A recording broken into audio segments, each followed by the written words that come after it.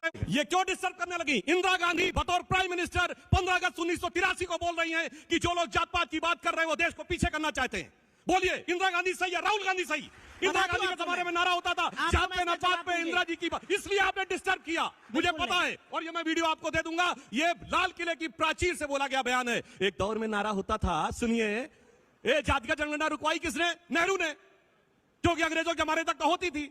और शुरू किसने करवाई थी ये भी बताऊं, Herbert Risley, British census commissioner, 1901 में 2378 जातियां। लक्ष्यदार झूठ नहीं, एक एक फैक्ट बोल रहा हूं। रुकवाई नेहरू ने। नेहरू का 61 का लेटर है सारे चीफ मिनिस्टर्स को कि वो रिजर्वेशन के खिलाफ है, पर्टिकुलर नौकरी में, क्योंकि इनकॉम्पिटेंसी बढ़ाती है। अब आइए, इंदिरा जी के जमाने में नारा है जात पे ना पात पे, इंदिरा जी की बात पे मोहर लगेगी हाथ पे। अब आइए, 6 दिसंबर 90 को Rajiv Gandhi ji floor of the house पे कहते हैं कि वो रिजर्व मंडल का विरोध करते हुए कहते हैं कांग्रेस पार्टी जात पात में विश्वास नहीं करती है। और अब ये जानते क्यों आए? आपको बात बताऊं, वक्त के साथ बदलता आपने किसी का चेहरा इतना नहीं देखा होगा।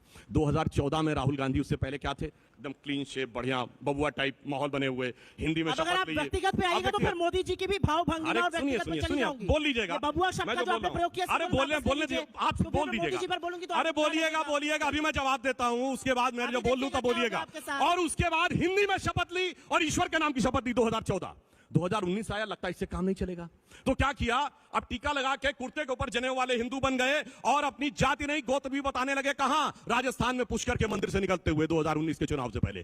फिर लगा इससे भी काम नहीं बन रहा। अब 2024 में अब वो जनेऊ कुर्ता छोड़ दिया, कार्ल मार्क्स की तरह दाढ़ी बना के, हाफ टी शर्ट पहन के, अब हिंदी की बजाय अंग्रेजी में शपथ, ईश्वर की बजाय सलम नहीं अफन। मैं पूछता हूं, 2014 में ईश्वर के नाम की शपथ, 2024 में ईश्वर के नाम की शपथ क्यों नहीं ली? और फिर संसद में खड़े होकर भगवान की फोटो दिखाते हैं। इतना बदलता हुआ इंसान आपने 10 साल के अंदर कोई भारत की राजनीति में नहीं देखा।